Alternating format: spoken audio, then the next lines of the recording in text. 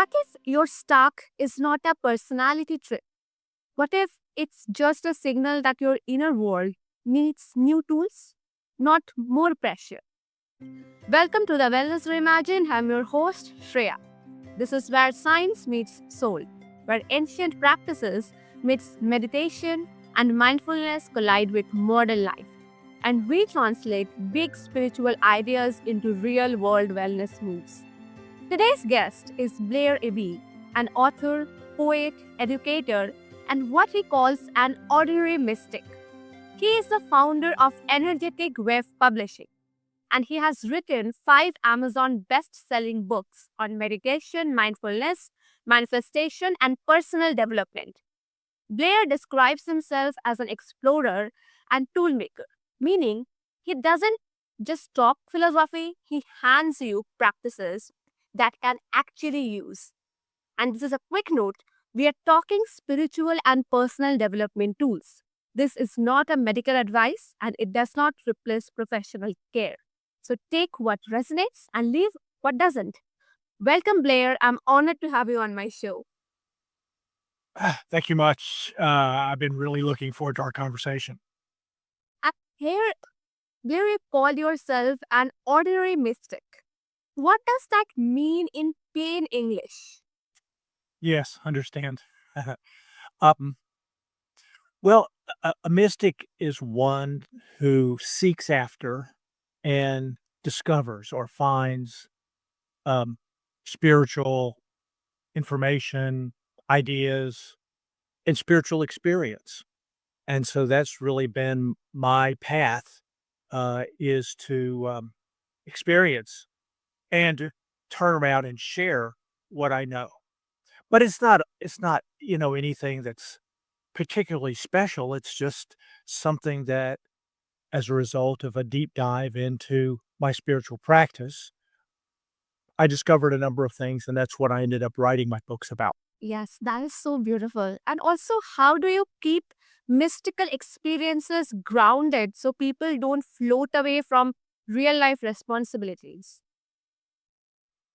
Well, um, really what I suggest is that people integrate spiritual practice into their daily lives. So, for example, what I do is a sit down meditation in the morning for about 10 or 15 minutes.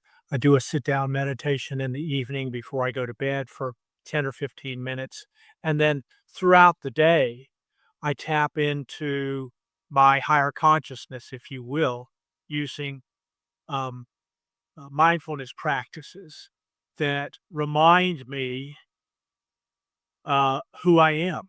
And it's really a matter of remembering to remember to do this kind of thing and just integrate it into your daily life. Nobody even needs to know. Yes. I love this framing because wellness is not about escaping life, it's about building capacity to live it better. And Absolutely. yes, and meditation and mindfulness are now everywhere. But most people still say, I can't quiet my mind.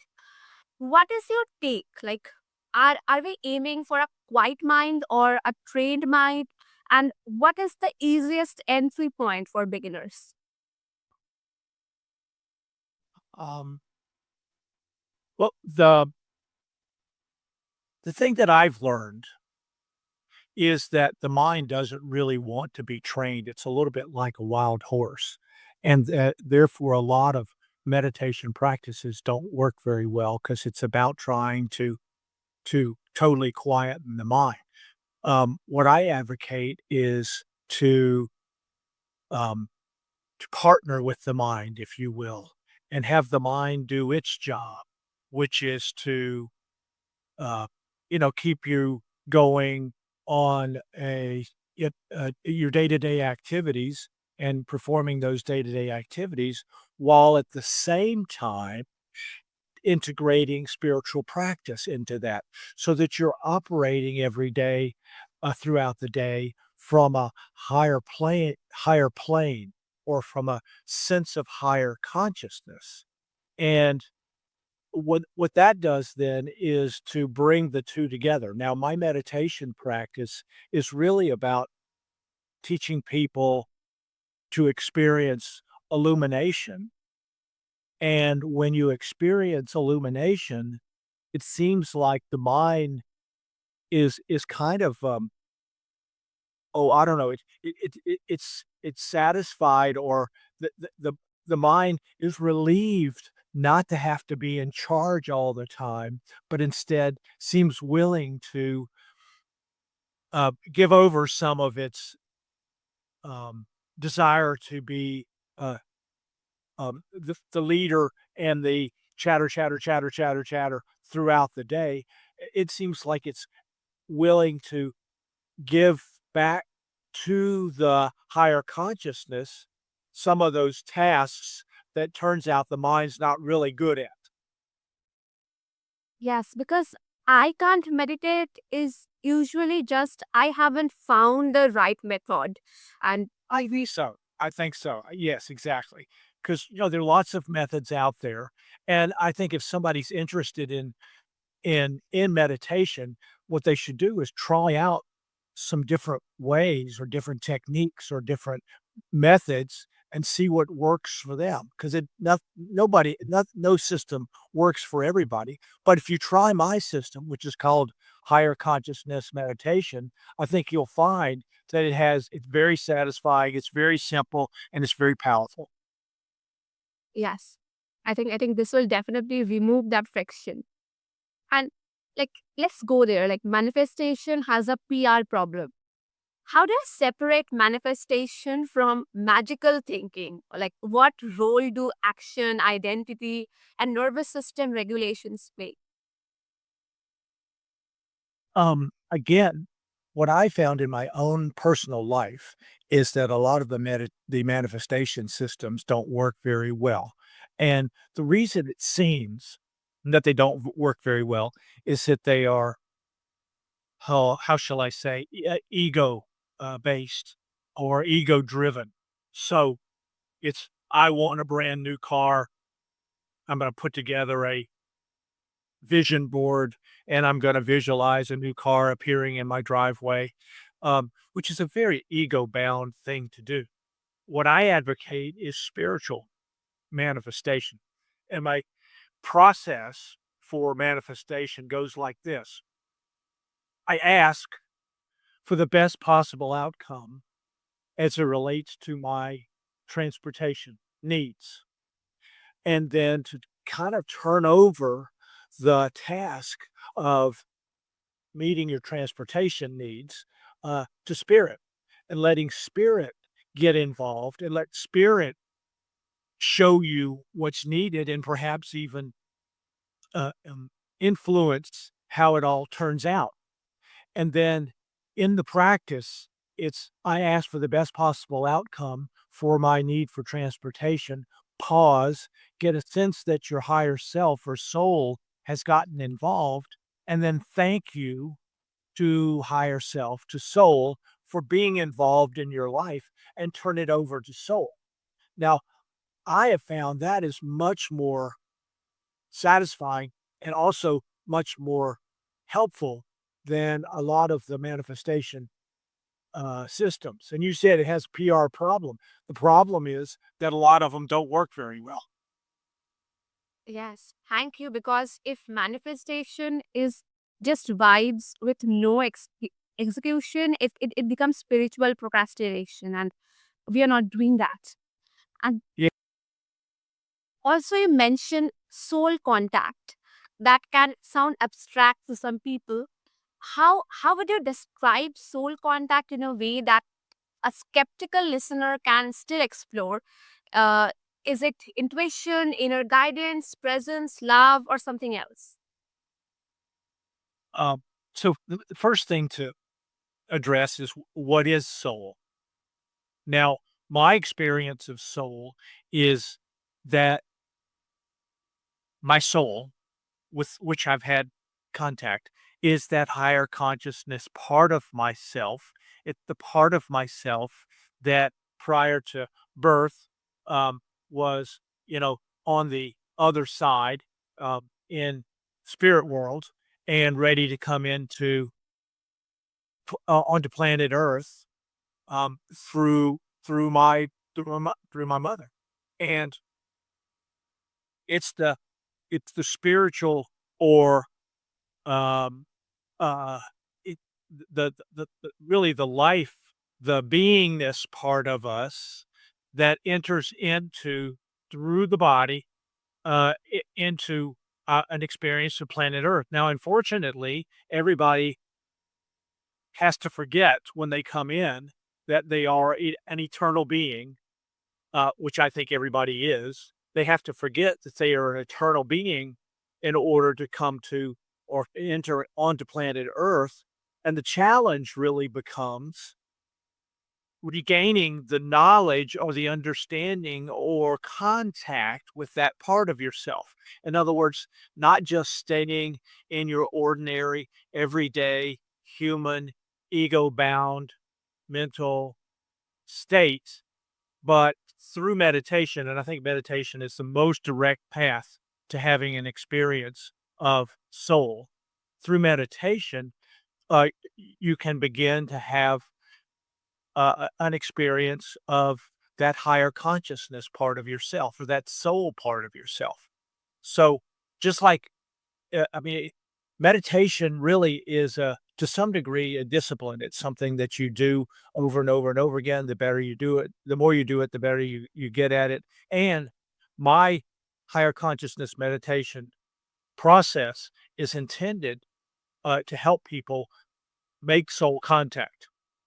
Uh, my process of manifestation, the higher conscious, best possible outcome process is intended to make soul contact so that you become a partner with that part of yourself that is really your friend that's waiting for you to wake up to it. Hopefully, you'll do it in this lifetime instead of a future lifetime. Um, and the opportunity is always there, but you have to learn about it. You have to develop some kind of methodology. You have to do some practice, and then you work on it, and it's right there. If you don't know about it, if you haven't had the experience, it's as if it doesn't exist.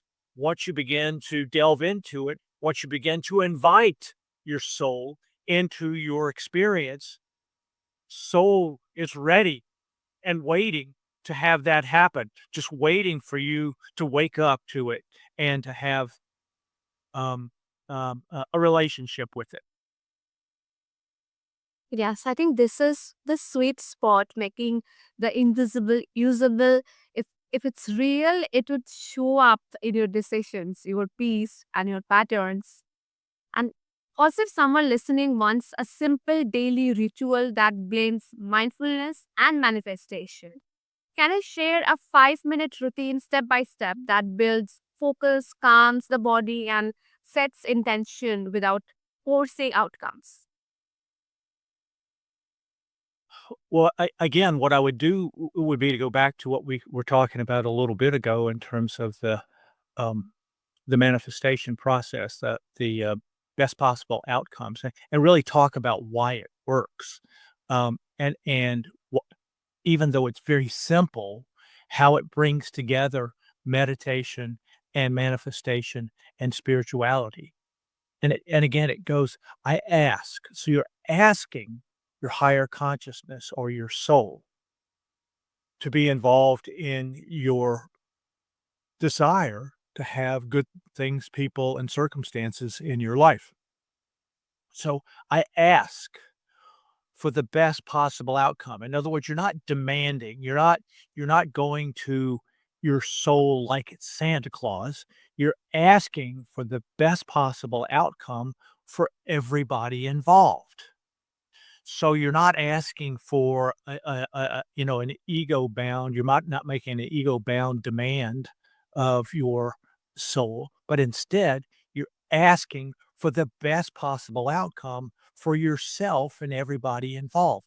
You don't always know what's the best possible outcome, um, but soul knows, um, and soul will, if you invite it to be involved, will get involved in your life and will help you in realizing your dreams. And in doing that in a way that makes sense to soul, might not make sense to you. You may not get it immediately, but if you're asking genuinely for the best possible outcome, and then you're pausing and you're in effect turning the issue or the problem or the desire that you have over to soul and allowing it to be involved in your life, then things will begin to unfold. It's amazing. And you can use it for anything. You can use it for, um, and we were talking about transportation earlier. You can use it for finding a parking place. You can use it for finding a mate. I mean, you can use it for anything. I use the best possible outcomes process, oh gosh, at least 2 or 3 times a day, um, because it just becomes part of my, personal daily life. And because it works, the result is better people, things, circumstances than I would otherwise have in using um, my ego-bound human mind, to try and create something that may or may not really be beneficial to me or important, for me, but instead it's just important for my ego. Yes, I think perfect because the market is saturated with so many theories, but what people truly needs is a repeatable protocol that you just shared. And thank you again for sharing this. And yeah, and also let's talk about integration. What does a spiritually integrated life actually look like on a random Tuesday afternoon, really? Well, it's interesting. It probably doesn't look like anything to people around you other than you seem calmer, you seem more present, you seem more uh, alive, perhaps more joyful. But there's no. It's not. Uh, the, you're the one having the experience, and that's where the importance is. You're not looking to the outside um, for feedback, but instead you're going inside and you go inside and you stay inside. Um, and if you go inside and you operate your life from inside out instead of from outside in, um, you're much more likely, number one, to be the type of person that you want to be. And number two, you're much more likely to be effective in the world. You're much more likely to be happy in the world. And you're much more likely to be of service to the world. Yes, I also agree because I think real transformation is not mystical moments. It's how you answer emails, have hard conversations, and go to sleep every day. And this is really, really a wonderful conversation with you. And if after this my listeners want to connect with you, then what's the best way? Or the best way would be to just go to my website, which is Blair Abee, ABEE.com, and pick up a free copy of my first book. It's called The Amazing Benefits of Meditation. And also at my website, there's a spiritual personality quiz that's really, I think, fun for people to discover what is their one of 5 spiritual personalities, what is their spiritual personality, and then what's offered is suggestions on how to enhance or to improve your spiritual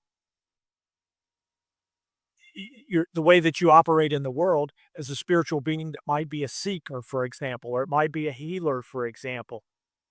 So, there's a personality quiz there, and also you can get on my, newsletter list, um, with your email, and I'll send you a weekly inspiring, newsletter to, kinda brighten up your week and give you something to think about. Yes, yes. I'll make sure that I attach all these details and links below so that the listeners can find them easily and get in touch with you and know more from you. And to all my listeners, here's what I want to normalize. Your inner world is a system. If you keep feeding it chaos, you will keep getting chaos. These practices are not extra, they are infrastructure. And here I have a 3 days mini challenge for you. So, the first step is for 2 minutes. Breathe slow. In for 4, out for 6. Second step, 2 minutes again. One question in your journal. What do I want to feel more of this week? And third step, 1 minute. Choose one micro action that matches that feeling. Then do it today and see how your life changes beautifully and make your life more peaceful. And Blair, thank you for bringing such grounded mysticism and practical tools to all my listeners. And for my listeners who want more, if this episode helps you, share it with a friend who has been curious about meditation or manifestation but doesn't know where to start. This is Wellness Reimagined. I am Shreya. Keep it simple, keep it consistent, keep reimagining what wellness can look like. See you next time. And do not forget to hit the follow button, subscribe, and also feel free to share your thoughts because your ears deserve premium content. Thank you.